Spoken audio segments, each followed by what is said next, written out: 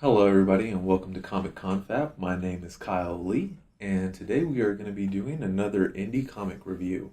Now, today I have picked out one of the comic books that I picked up at Stan Lee's Comic Con, and it was something that I wasn't really sure about. I've never heard of it, obviously. A lot of these indie comic books I've never heard about. So I was going around, I was just trying to find any comic books that I thought might be interesting at all, and I came across this booth, and they had explained the story to me, and it seemed like a decent story. And then when I asked what the price was, they said it was $15. So I spent $15 on this comic book. I didn't really want to go out and I didn't really want to spend that much money on a single issue, but I also did want to give back to the comic book community. I want to support up and coming comic publishers and help them move forward. So I had to do what I had to do. Spent $15 on a single comic, which I guess isn't outrageous for indie comics, but it was a little bit more than I was expecting, especially since I'm new to the game. So I went out and I got this book. It's called Patient M. Now, going into it, this is the most expensive comic book that I have. I don't collect.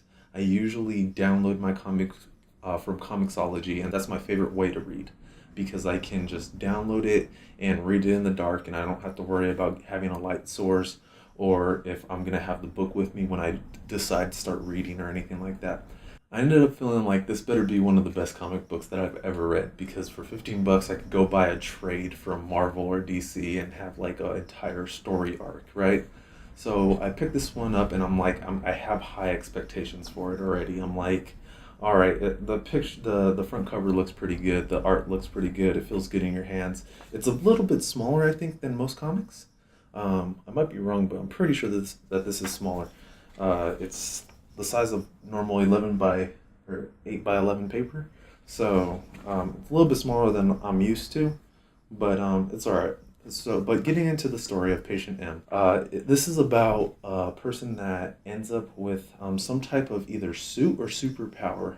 It's not really explained in this first issue, but he has these powers, and what he can do is he can manipulate his suit or the stuff that's around him. It kind of reminds me of the Venom suit, where it can morph into these different things, but it doesn't seem like it's to that extent, or at least not yet. Now, we start off the story with this giant explosion, and we have news broadcasters reporting about this event happening live. Now, we get to the main character, which I'm assuming his name is Patient M because they haven't exactly said his name yet. And you see him standing among all this rubble. And obviously, he's the one that's caused it. He's standing right in front of it. And we have all these cops that are ready to shoot at him. They actually start shooting at him. This is when we realize that whatever suit or armor or power that he has, he's bulletproof. So they start shooting at him, and he has his suit, his abilities start taking out all these cops. He attacks the reporters, he attacks the cops, and he's pretty much just running away. During this, we get a flashback of what happened before all this has started happening.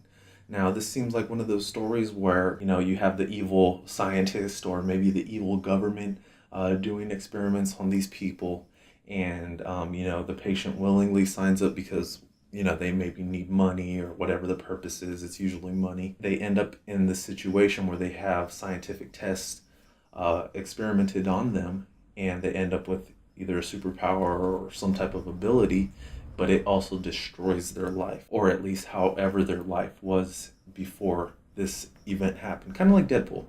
I guess. So this is kind of like taking that approach like Deadpool, whatever life that you're living, and then something happens to you, and then your life is completely altered. This is what this Patient M is going through. We get the flashbacks showing possibly his sister. It looks like he's a younger guy talking to a little girl, so I'm assuming that is probably his sister or maybe his daughter. He still seems a little bit young for that, but I just couldn't tell. They didn't really go into detail about what's going on. Once we come back from the flashbacks, he just continues to run, and he starts to say, you know what, like, the cops have taken me down once. They ended up killing me. Whatever has happened, we don't know.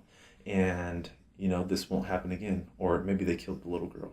Actually, it's probably the little girl now that I think about it. But promises that it won't happen again. And this is the source of all his outlash. This is why he's going so crazy, destroying this building, throwing these objects at helicopters and whatnot. So that's pretty much a recap of the entire story. To be honest, this was a lot better than I expected. Like I said, I had gone in with some high expectations, and needless to say, it hit all those expectations. This book was extremely easy to read. I'm a very slow reader, which is why I really don't like reading full books, because I'm so slow that I get bored with myself because it takes so long for me to turn the page and find out what's happening. This had very minimal speech, and most of it was just all complete action. Flipping through these scenes like in a matter of seconds and going through the pages, and I was hoping that there was more. You feel this little book, and you're like, wow. All that action just happened in these couple of pages, and you want more of it. So the action was amazing. I got a good grip of what's going on with the character. It seems like it's going to be some type of revenge theme with his storyline, and I'm truly curious to see what happens with Patient M. I want to find out. So I was looking for Patient M issue 2. I couldn't find it just yet, but I have to still search around. I'm gonna leave a link to their website, Star Comics Entertainment, in the description. If you're curious about it, you can pick it up from there too, because I couldn't find it on Amazon or Comixology or anything like that. So you're gonna have to go to the link in the description to pick this book up.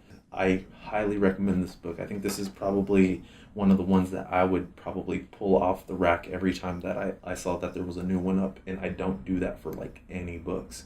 So this was a really good book. Great art. I mean, look at this cover. It is mostly black and white, except for the main character, which you get color, and that was a really neat effect. I really liked it because it makes the main character stand out, and that was pretty cool. This is definitely a great action book. It might be a superhero book maybe later on. I'm not really sure which way they're gonna go with it. But if you like superhero books, this is definitely a book that I would highly recommend. I can't say that enough. I was so impressed with this book. So that's it for this week's indie comic review. If you guys have picked this book up and have read it, let me know what you guys think in the comments below, or tweet me on Twitter. And also, if there's a book that you want me to do a review on, then go ahead and let me know, and I can also be reached in the comments for that and on Twitter as well. So reach out to me. I'm definitely looking for some awesome indie books to do a review on, kind of get some of that exposure out there and have a new story that I normally wouldn't pick up. So if you like this video, give it a big old thumbs up. If you didn't like this video, give it a thumbs down. Let me know why. Alright guys, thanks for joining me here today on Comic Confab. And as always, happy viewing and happy reading.